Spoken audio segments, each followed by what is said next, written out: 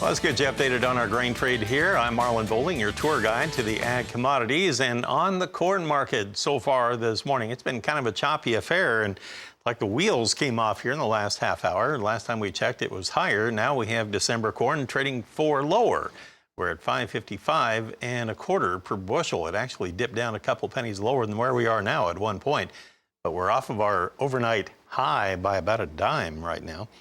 In the soybean trade, with our quotes provided by Bar Chart, wow, look at September beans down now 32 cents at 13.24 and a quarter. In November down 31 and 3/4 at 13.21 and 3/4.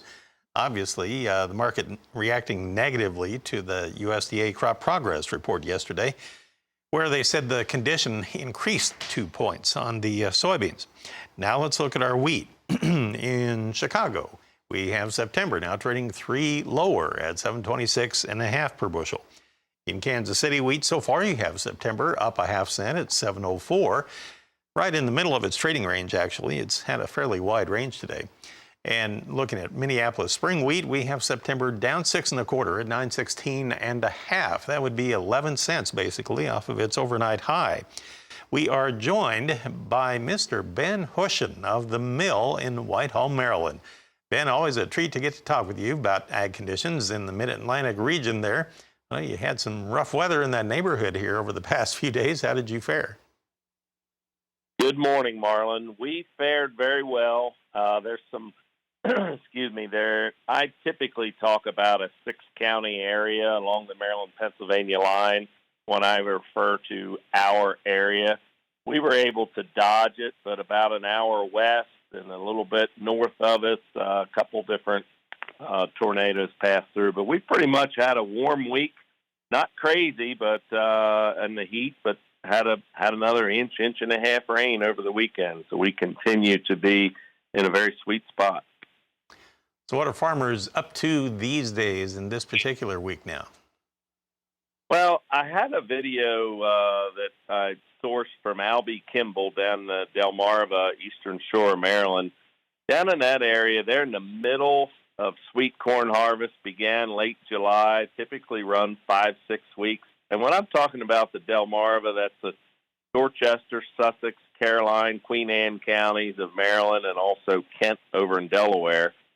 Generally, these farmers use the sweet corn, again, for the viewers that can see the video. This is processing sweet corn, and they'll generally use it as a double crop.